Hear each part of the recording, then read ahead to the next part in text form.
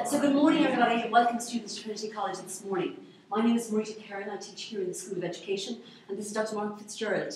Mark teaches in DIT. Both of us are coordinators of this course. Here I coordinate the Trinity part of it, and Mark coordinates the DIT part of it. It's an unusual course, this Bachelor in Music Education. I'm sure you've researched a little bit about it already, in that it's taught as a kind of a partnership between Trinity College and the Conservatory. I'll just talk to the slides first, and if there are questions, we'll deal with those afterwards. So we'll start with the overall structure of the course. So first of all, who is the course for? Who are we aiming this course for? In Trinity, there are 3 music courses. There's pure music, not performance at all, pure music, more theoretical music actually. And then you have TSM, which is the 2-subject moderatorship, or music and another subject. Both of those are taught in conjunction with the music department. Our course, the Bachelor in Music Education, is taught here in the School of Education, with the music aspects done, as in the practical music aspects done, in the Conservatory in Rathmines. Some of the courses, I think, are in Chatham Row, are they, Mark? Yeah, I'll talk about that. We'll talk about that in a second. This is the course code for the BMOZ. It's TR for Trinity 009. It is restricted entry in the sense that, although you apply through the CAO, there are 2 other hurdles before the CAO points are applied. So those interested in this course must first of all apply on February 1st on your CAO form, citing TR 009 as your course of choice. Then you will receive a letter talking about the entrance test to this course, which takes place here in Trinity College on the 23rd of March. That date on the 23rd of March is the same date, unfortunately, as there is already an entrance test in Maynooth for the music course. So this year, if you have a problem in that you're applying for both courses, you just let us know in time and we will reschedule that entrance test for you. You must take that entrance test, and from that entrance test, if you succeed, you will be called to do an interview performance during usually late April, beginning of May, sometime in April, perhaps into the 1st of May. There was something else I was going to say. Oh yes, there is a practice music test today over in House 5. That's inside the Arch building, and to the right there is the School of Music. So you may take the entrance test there, just a mock entrance test. The performance we'll come on to in a second. Mark might talk a little bit about that. There are also practice papers, as in past papers, on the BMOZ stall over in the dining hall. Okay. Why would you choose the BMOZ over the other 2 courses or any other music course throughout the country? Well, first of all, it's the only course of its type in Ireland. It's matched with or built on the structure that was introduced first in Scotland, in Glasgow, in the RSAMD, the Royal Scottish Academy of Music and Drama. So the type of student who would be attracted to this course is a student who likes to perform, because there are very many performance opportunities or performing opportunities in this one. It's also for students who really like to perform, who see themselves as performers, but they're not absolutely sure yet. So they would like to do an undergraduate degree in music performance and music education that's broad enough for them over 4 years to decide, should they go into performance, or is there a part of them that still likes the teaching or might want to go into teaching. So many of our graduates become teachers because the course is structured for music teachers who have a strong interest in performance. The course requires a high standard of performance, and that will be vetted or checked or whatever on the day of the interview / audition. The course offers individual music tuition. During that time, there will be an encouragement. In fact, for the first 3 years of the course, you are required to be part of an ensemble. So that ensemble will take place in DIT, with the possibility of those interested in choral music taking part in the chapel singers here in Trinity College. During the course, over the 4 years, you will be placed on teaching practice 4 times. The first time is at primary school, more observation than teaching itself, and then right through the next 3 years in secondary schools. There'll be a variety of placements, in that some schools will be schools where music is offered on a very kind of structured, supportive kind of way, to schools where music is more an option, more a sort of, it's not a compulsory subject. and a variety of settings, sometimes secondary schools, sometimes comprehensive schools, whatever. But it does give you a good feel for the way music is taught in schools in Ireland. The placements are short for the moment. As of next year, those placements will be more extended, but with the cohort coming in this year, you'll still be part of the old structure, which is short 2 to 3 week placements. The wonderful thing about those variety of placements is, first of all, it gives you an insight into the variety of schools, but secondly, you build up context, professional contacts with teachers who are in the schools in relation to when you apply yourself. You can go back to those teachers for references or whatever, become part of the PPMTA, the Post-Primary Music Teachers Association.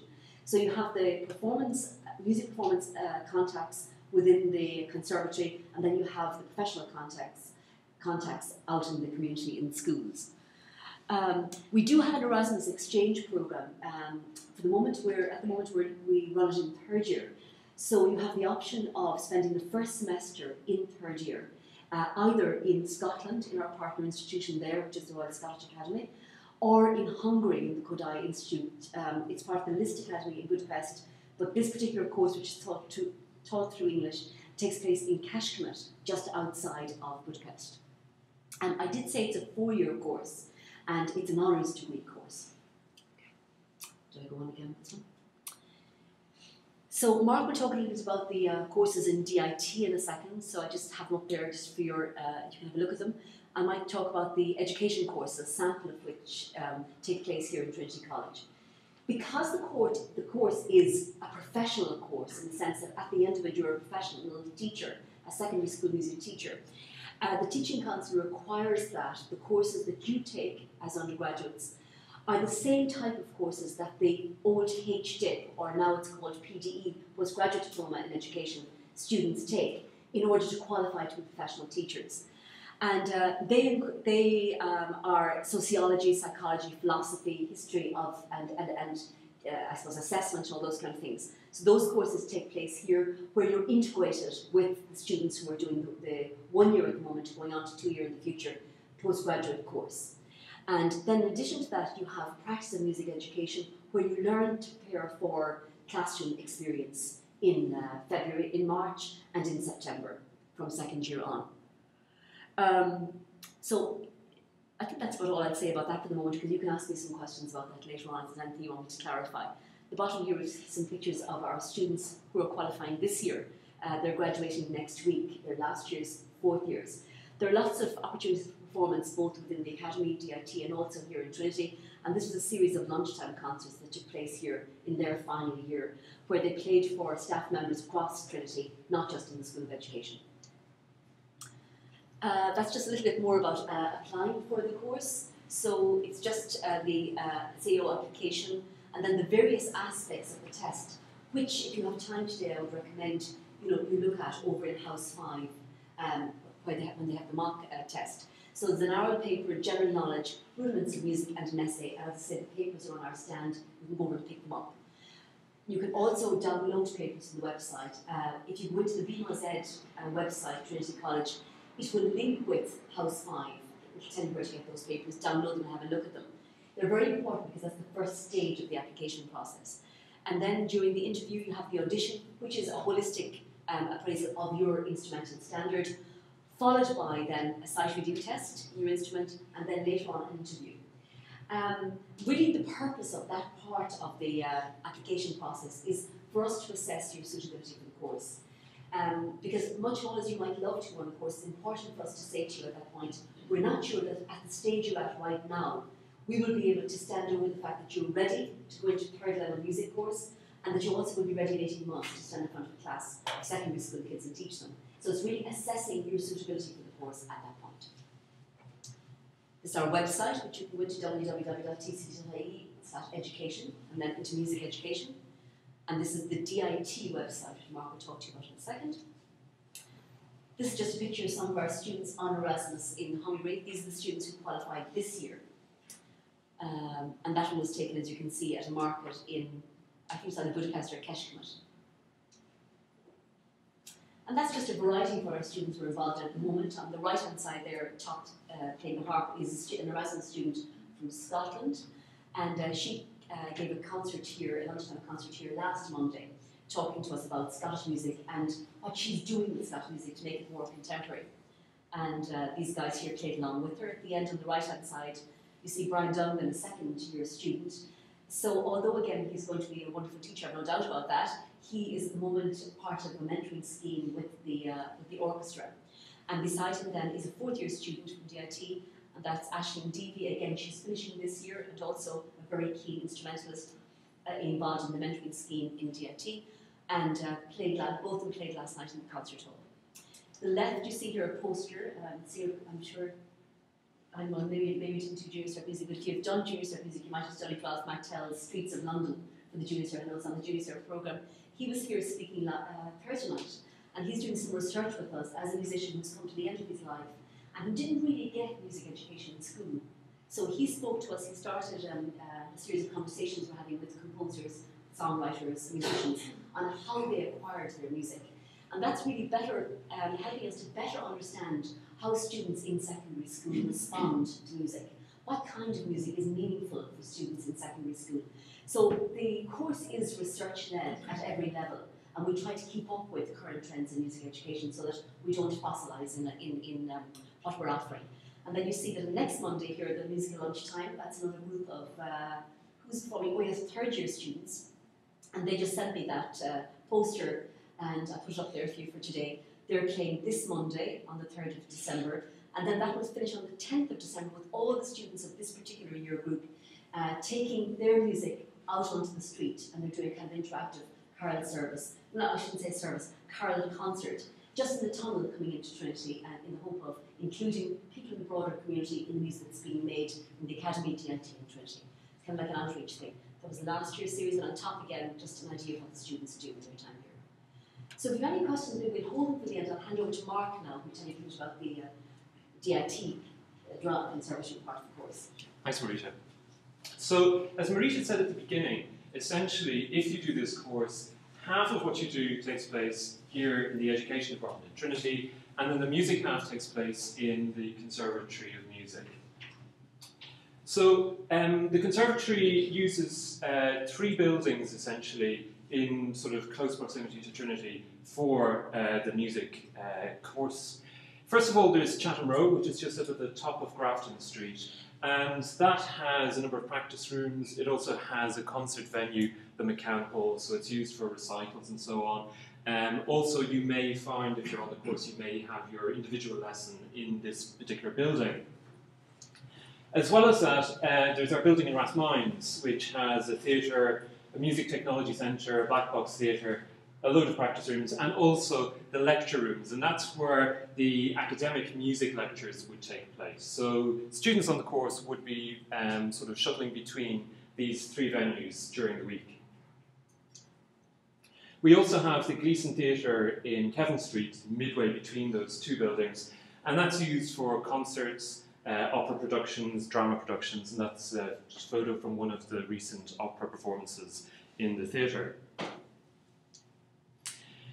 In terms of the types of things you study in the music lectures, it covers things like aural training, basic keyboard skills as in how to form chords, that sort of thing, patterning on a piano if you haven't played piano before. If you have played piano before, then obviously the material is more advanced. But it just means that when you go into a classroom, that you're trained in the ability to support whatever you're doing with a bit of basic keyboard knowledge as well as singing and that sort of thing.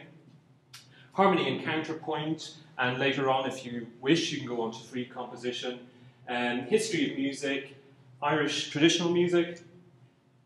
Practical musicianship, which again covers a variety of different things which you do maybe in the classroom, such as singing, recorder, guitar, percussion.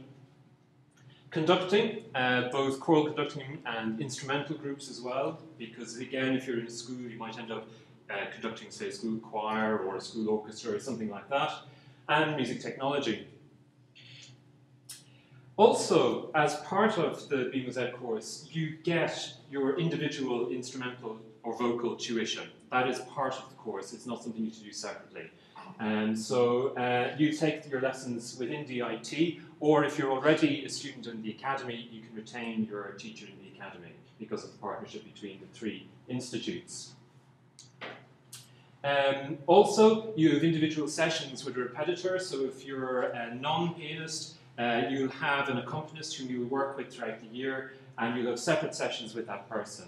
If you're a pianist, you can also take part in piano classes with groups of people studying repertoire and so on. You can also take part in a variety of master classes that take place with international soloists throughout the year. And these are just some of the most recent ones in the last 2 months or so. We had the Sonic Art Saxophone Ensemble, Evan Christopher, a jazz clarinetist, Alison Balsam, a trumpeter, whom you can see with some of the trumpet students at the masterclass. And this month, Barry Douglas will be doing his annual piano masterclasses as well. And they're, as I say, just a sample of what's happened in the last 2 months within DIT, and so they are open for any student on the BMOZ course. Essentially, you are a fully registered student in both Trinity and DIT. So that means that you have access to all of the DIT facilities, student services, the library, the ensembles within DIT, and you also have access to all these services in Trinity as well. So you are a full member of both institutes. In terms of the ensembles, there's a symphony orchestra, which will be doing a concert in the Constable early in the spring. There's an Irish traditional ensemble, which has it had a big concert there in DIT at the end of October, has also taken part in a number of other major events over the last few months. There's a choral society, so a large choir, and also a smaller chamber choir for people who specialise in singing.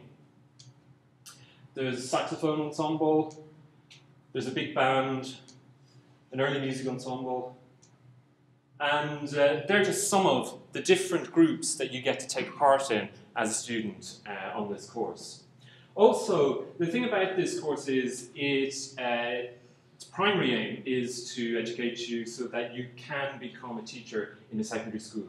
However, we've designed the course in such a way that it also gives you a very good grounding across a range of different things. So if by the time you get through the 4 years you decide that that's not the career option you want to take, there are other options that you can take as well. And just as one example, or rather 2 examples of this, we also have master's programs in performance. So if you decide at the end of 4 years that performance is a route you want to go down, that would be an option that you could take afterwards. And there are various research postgraduate courses in education and also in music. And they're just some of the things that you can do at the end of this course.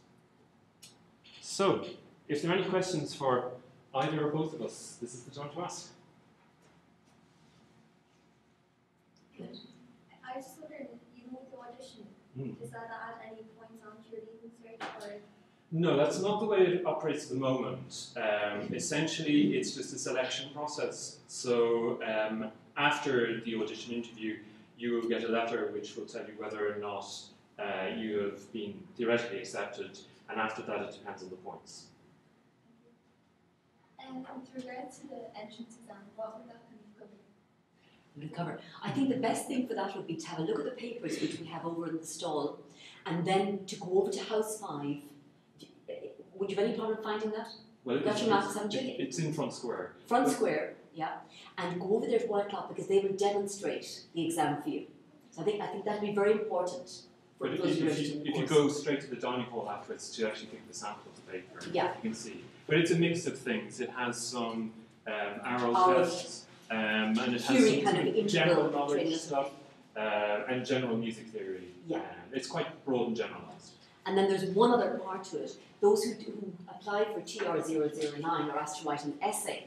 And that seems to strike fear in the in all the students who apply, in the sense that they think we're looking for something that we can publish. That's not the case. The essay is just to check your English, your standard of English, which is generally very good because most of you are doing honours English anyway. And so the essay would be of a general nature, asking you maybe to make some case for retaining music in school, something like that. So, and that would be TR009 applicants only. Okay. Sorry, I'll come back to you. She was about to talk and the other student put her hand. Sorry. I was just wondering, for the audition, if there's a slide reading test and your instrument is voice, how does that work? Yeah, you'll be given just a very short bit of music and asked to see if you can sort of sight sing it. And it's just one of the components of the audition, just to see what that side of your performance is like. Sorry, this one I'll take next, because... would you need to be a strong singer? Sorry? Would you need to be a strong singer? Well, essentially, I suppose singing is we generally look for a sort of grade 6-ish standard from whatever we're examining, whether it's voice or whether it's an instrument. What we're looking for is two contrasting pieces, two short contrasting pieces, just to give us some sort of an idea of what, in the case of a singer, what your voice would be like. I mean, we are aware that at your particular age, you know, voices are far from settled and so on. But it's just to give us a general idea of what it's like. There was a question. Yes. Yeah, and is it possible to bring in accompaniment for the audition? Yeah, essentially anything, any vocal performance or any instrument performance that has an accompaniment part, you need to either bring that accompaniment part with you, and we will have someone on standby to play with you, or if you have someone whom you prefer to work with, your own teacher or something like that, they come along and play on the day.